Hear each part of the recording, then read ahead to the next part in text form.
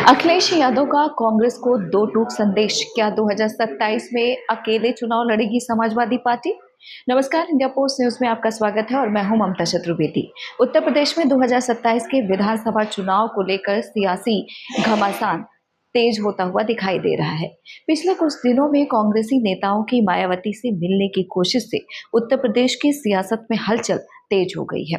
कयास तो यहाँ तक लगाए जाने लगे हैं कि कांग्रेस बहुजन समाज पार्टी को गठबंधन में शामिल करना चाहती है। इस सियासी चौसर के बीच समाजवादी पार्टी के राष्ट्रीय अध्यक्ष अखिलेश यादव ने भी इंडिया ब्लॉक के सहयोगियों, खासतौर पर आपको बता दें कि कांग्रेस को स्पष्ट मैसेज दे दिया है। अखिलेश यादव ने कहा है कि बात सीट की नहीं है, जीत की है। जानकार ये भी कहते हैं कि अखिलेश यादव के इस बयान को कांग्रेस के लिए एक संदेश माना जा रहा है। अगर कांग्रेस पार्टी बहुजन समाज पार्टी के साथ गठबंधन का विकल्प तलाश रही है तो समाजवादी पार्टी 403 सीटों पर चुनाव लड़ने को तैयार है। समाजवादी पार्टी के मुखिया अखिलेश यादव ने यहां तक कह दिया है कि समाजवादी पार्टी ने पूरे राज्य की 403 विधानसभा सीटों पर अपनी मजबूत संगठनात्मक संरचना खड़ी कर ली है।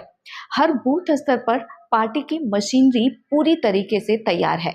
उन्होंने कहा है कि जो भी पार्टी समाजवादी पार्टी के साथ हाथ मिलाएगी उसे इस मजबूत बूथ स्तरीय नेटवर्क का पूरा फायदा मिलेगा। यहाँ तक कि अखिलेश यादव ने अपने इस बयान में बार बार दोहराया है कि दरअसल बात सीट की नहीं, बात जीत की है। उनका मतलब बिल्कुल साफ है कि गठबंधन में सीटों की बराबरी से ज्यादा महत्वपूर्ण है कि गठबंधन जीत दिलाने में सक्षम होना चाहिए। अखिलेश यादव ने यह भी मैसेज दिया है कि उत्तर प्रदेश में उसका किरदार बड़े भाई का ही रहेगा। दरअसल आपको बता दें कि यह बयान इसलिए भी सुर्खियों में है क्योंकि उत्तर प्रदेश विधानसभा चुनाव के लिए इंडिया ब्लॉक में सीट शेयरिंग का फॉर्मूला अभी तक तय नहीं हो पाया है और यह भी कहा जा सकता है कि कांग्रेस अन्य विकल्पों पर भी विचार कर रही है। जैसा कि पिछले दिनों कांग्रेस अनुसूचित जाति विभाग के अध्यक्ष राजेंद्र पाल गौतम और इसके अलावा बाराबंकी से सांसद तनुज पुनिया समेत कई अन्य नेता बसपा सुप्रीमो मायावती से मुलाकात करने पहुंचे। हालांकि मायावती ने मुलाकात नहीं की, लेकिन ऐसा कहा जा रहा है कि सभी कांग्रेस नेता राहुल गांधी के गठबंधन वाले संदेश को लेकर पहुंचे थे और अब अखिलेश यादव का यह बयान इन खबरों का जवाब लगता है। उन्होंने साफ कर दिया है कि समाजवादी पार्टी कांग्रेस और अन्य इंडिया ब्लॉक गठबंधन दलों के साथ गठबंधन जारी रखना चाहती है, लेकिन गठबंधन की शर्तें जीत की संभावना और प्रभावी समन्वय पर आधारित होनी चाहिए, ना कि सिर्फ सीटों के फॉर्मूले पर। नमस्कार, देखिए कांग्रेस पार्टी कार्यालय में मीटिंग हुई थी एससी डिपार्टमेंट की, जिसमें राजेंद्र पाल गौतम जी और तमाम सामाजिक संगठनों के लोग और एससी डिपार्टमेंट के पदाधिकारी मौजूद थे।